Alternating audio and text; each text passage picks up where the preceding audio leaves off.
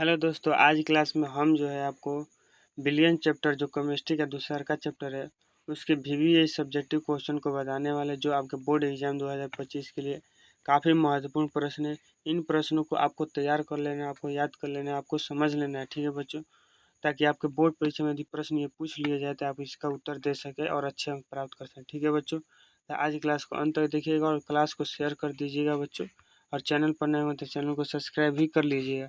तो चलिए हम आज क्लास शुरू करते हैं। तो देखिए, पहला जो आपसे प्रश्न पूछा जाता है, कौन सा प्रश्न पूछा जाता है, ध्यान दीजिएगा। देखिए, हमारा जो पहला आपसे प्रश्न पूछा था, ये जो सभी प्रश्न आपके पिछले वर्ष में पूछे भी गए हैं और पूछे जाने की संभावना भी है। ठीक है बच्चों, तो देखिए पहला जो हमारा प्रश्न है बच्चों, कास्टिक सोडा के लिए 4 ग्राम अणु भार 4 ग्राम अणु भार दिया है, 40 दिया है कास्टिक सोडा यानी NaOH को दिया है। ठीक है बच्चों, को जो घोलकर 200 सेंटीमीटर क्यूब विलयन बनाता है, विलयन की मोलर लता ज्ञात कीजिए। तो देखिए, मोलर लता ज्ञात करनी है। मोलर लता आपसे पूछ लिया जाता है, आपसे बोर्ड एग्जाम में मोलर लता का सूत्र क्या होता है बच्चों, आपको मालूम होना तभी ना इस सूत्र को उठाएगा। तो WA गुणे 1000 बटे में MA गुणे क्या होता है भी, ये क्या होता है मोल लता का फॉर्मूला होता है। इस फॉर्मूला पर इस प्रश्न को बैठा दीजिए, उत्तर आ जाएगा। तो यह प्रश्न आपको करना आना चाहिए। इस तरह का एक प्रश्न आपसे पूछ लिया था, मोल लता या मोल रता को निकालना है। ठीक है, और तो दूसरा का आपके बोर्ड एग्जाम में क्या पूछ लिया जाता है कि किसी बिलियन की मोल रता एवं मोलर लता में क्या अंतर। देखिए, मोलर रता मोल जो रहता है बच्चों, इसको परिभाषित करना है, और मोल लता को आपको क्या कर देना है, परिभाषित कर देना है। मोल लता को आपको परिभाषित करने, आप इसका उत्तर लिख दीजिए और 2 नंबर मिल जाएगा बच्चों। ठीक है, इस प्रश्न को आपको तैयार कर लेना है। तो देखिए, अब 3 नंबर प्रश्न क्या आपसे पूछा जाता है कि मोल प्रभाज्य की व्याख्या कर। देखिए, 2014 में प्रश्न पूछा गया।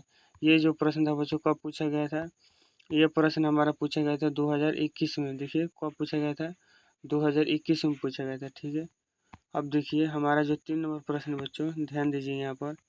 3 नंबर जो प्रश्न है हमारा, यह पूछा गया क्या, अब 2014 में पूछा गया। क्या पूछा गया, मोल प्रभाज्य की व्याख्या कीजिए।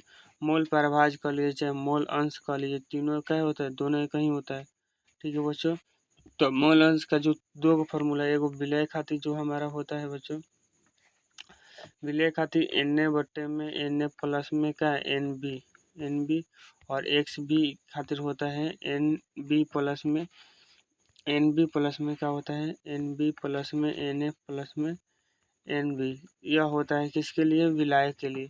तो यह जो हमारा है मोल प्रभाज्य, इसको क्या आपको लिख देना है, इसके बारे में जो भी कुछ होता है। ठीक है बच्चों, हम बताएंगे तो वीडियो लंबी हो जाएगी। ठीक है, यदि आप चाहते हैं कि इन प्रश्नों का हल हम आपको सोल्यूशन कराएं तो आप कमेंट बॉक्स में लिख दीजिएगा, ऑफलाइन कमेंट में यस करा दीजिए। ठीक है बच्चों, देखिए 4 नंबर प्रश्न का पूछा है, आदर्श घोल और अनादर्श घोल में क्या अंतर। देखिए, यह प्रश्न कितना इंपॉर्टेंट है, 2019, 2020, 2022 ये तीनों में वर्ष पूछे गए।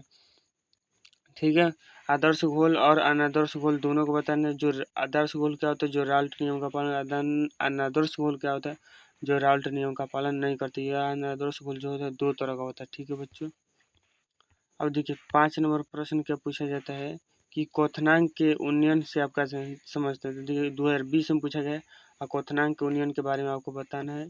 और यह जो बच्चों है, क्या अणुसंख्या गुण धर्म से क्या प्रश्न पूछेगा। अणुसंख्या गुण धर्म कितने होते हैं, 4 होते हैं। यहाँ से भी ऑब्जेक्टिव प्रश्न पूछ लिया जाता है। ठीक है बच्चों, ये सब्जेक्टिव सॉरी है। ठीक है, अब देखिए 6 नंबर प्रश्न क्या पूछा जाता है कि प्रसारणी दाब को परिभाषित, जो प्रसारणी दाब होता है बच्चों, उसके बारे में लिख देना। यह देखिए 2019 में पूछा गया। कब पूछा गया, 2019 में प्रसारणी दाब का परिभाषा पूछा गया। आपको इसे परिभाषित कर देना, अच्छे से कर दीजिए। ठीक है, अब देखिए 7 नंबर का प्रश्न पूछा जाता है कि राल्ट नियम का लिखे। तो राल्ट नियम को लिख देना है, राल्ट नियम के बारे में क्या होता है उसके बारे में आपको नीचे लिख देना, उसकी व्याख्या कर देनी। यह देखिए प्रश्न कब पूछा है, 2014 में पूछा गया है, राल्ट नियम किसे कहते हैं। ठीक है बच्चों, अब देखिए एजा क्या प्रश्न पूछ लिया जाता है कि तनुगोल के अणुसंख्या गुणधर्म क्या, अणुसंख्या गुणधर्म को लिखे, विभिन्न प्रकार के अणुसंख्या गुणधर्मों को लिखे। तो देखिए अणुसंख्या गुणधर्म किसे कहते हैं, तो जो विलय के कणों की संख्या पर निर्भर करे, यह पहल का आंसर होगा। अब विभिन्न प्रकार के अणुसंख्या गुणधर्मों को लिखे, तो अणुसंख्या गुणधर्म कितने होते हैं? 4। चारों को क्या अणुसंख्या गुणधर्म चारों को क्या बच्चों आपको लिख देना है। ठीक है, इस तरह से आपको इसका प्रश्न का उत्तर दे दीजिएगा। ठीक है, अब देखिए आगे जो प्रश्न पूछा जाता है कि समप्रासी विलयन किसे कहते हैं। तो यह देखिए 2022 में पूछा गया है समप्रासी विलयन। तो जब दो विलयन का प्रासन दाब क्या हो जाता है? समान हो जाता है, तो उसे क्या कह दिया जाता है? समप्रासी विलयन, यानी पाई 1 बराबर का पाई 2।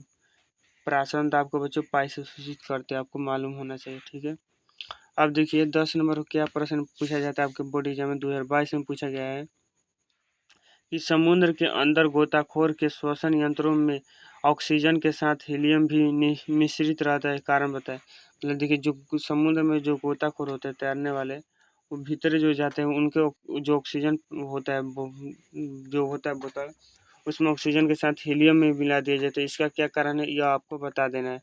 ठीक है, 2 नंबर का प्रश्न है। ठीक है बच्चों, अब देखिए 11 नंबर प्रश्न क्या पूछा जाता है आपसे कि देखा पूछा जाता है परिचारक दाब को परिभाषित कर। देखिए 2009 और 2019 दोनों वर्ष का यह प्रश्न पूछ लिया गया है। आपको इसे भी आपको क्या पढ़ लेना है कि परिचारक दाब क्या होता है और इसे परिभाषित कर देना है। ठीक है बच्चों, तो देखिए अब देखिए हमारा 12 नंबर प्रश्न क्या पूछा जाता है आपसे बोर्ड एग्जाम में कि देखिए कि नाइट्रोजन सिर्फ NC3 बनाता है, देखिए NCl3 बनाता है, जबकि फास्फोरस PCl3 और PCl5 दोनों बनाता है। कारण दे, मान क्यों बनाता है यह बताना है।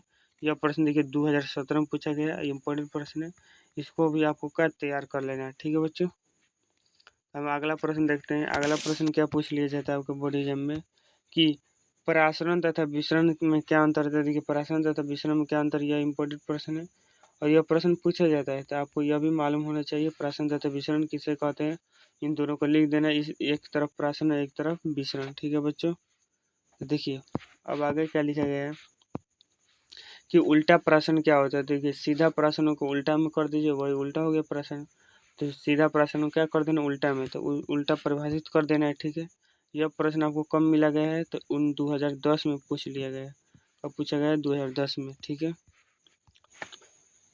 यहाँ पर ध्यान दीजिए हमारा 15 नंबर आपके प्रश्न आपसे बोर्ड एग्जाम में क्या पूछ लिया जाता है। वह देखिए 15 नंबर प्रश्न पूछा जाता है कि वाष्प दाब से आप क्या समझते हैं। वाष्प दाब को परिभाषित कर देना है। ठीक है, कब पूछा गया था, 2014 में पूछ गया। वाष्प दाब से क्या समझते हैं, या भी इसको क्या, इस प्रश्न को इस तरफ से भी पूछ लिया जाता है। ठीक है, अब देखिए जब जब वाष्पशील विलय को विलायक में मिलाते हैं तो क्या होता है, और अवाष्पशील विलय को विलायक में मिलाते हैं। देखिए जब अवाष्पशील विलय को विलायक में मिलाएगा तो जो उसका वाष्प दाब हो जाता है बच्चों, क्या हो जाता है, वाष्प दाब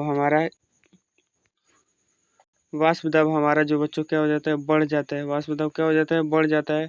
और जब अवाष्पशील को मिलाया जाता है बच्चों, जब अवाष्पशील को विलयन मिलाया जाता है उसका वाष्प दाब क्या हो जाता है, कम हो जाता है, उसका वाष्प दाब कम हो जाता है। ठीक है बच्चों, 15 नंबर प्रश्न का उत्तर इस तरह से आप क्या लिख सकते हैं। अब देखिए 16 नंबर प्रश्न पूछा जाता है प्रतिहिमांक क्या होता है। देखिए प्रतिहिमांक वे पदार्थ होते हैं जो किसी द्रव के दौड़नाक पर जमने नहीं देते, उसे प्रतिहिमांक कहा दिया जाता है। इसे आपको क्या कर लेना है, याद कर लेना है, समझ लेना है। ठीक है बच्चों, अब देखिए 17 नंबर प्रश्न 17 नंबर जो हमारा प्रश्न क्या पूछा जाता है कि द्रव अमोनिया को बोतल का ढक्कन खोलने के पहले सामान्यतः तो उसे शीतल किया जाता है। स्पष्टीकरण में देखिए जो द्रव अमोनिया होता है उसका जो बोतल होता है उसको खोलने से पहले क्या ठंडा किया जाता है, क्या किया जाता है, ठंडा किया जाता है। इसका कारण बता देना है, कारण बता देना है। ठीक है बच्चों, अब देखिए अब हमारा 18 नंबर क्या प्रश्न है कि वर्णन करें कि अनादर्श विलयन राउल्ट नियम के पालन नहीं करता। देखिए अनादर्श विलयन क्या होता है, जो राउल्ट नियम का पालन नहीं करता। क्यों नहीं करता है, क्योंकि इसका जो प्राप्त वाष्प दाब राउल्ट नियम के प्राप्त वाष्प दाब से या तो कम हो जाता है या तो ज़्यादा हो जाता है। ठीक है बच्चों, यही कारण है कि यह जो अनादर्श विलयन है राउल्ट नियम का पालन नहीं करता है। इसको आप लिख देना। तो देखिए यह हमारे जो 18 जो क्या थे महत्वपूर्ण थे हमारे प्रश्न जो आपके बोर्ड एग्जाम में पूछ लिए जाते हैं। तो इन प्रश्नों को आपको तैयार कर लेना है और याद कर लेना है, समझ लेना है, ताकि आपके बोर्ड में सब पूछे तो आप बता देना। ठीक है बच्चों, और इन चैनल को प्लीज़ सब्सक्राइब भी कर लीजिए। ठीक है, चलिए आज क्लास हम इतना ही रखते हैं।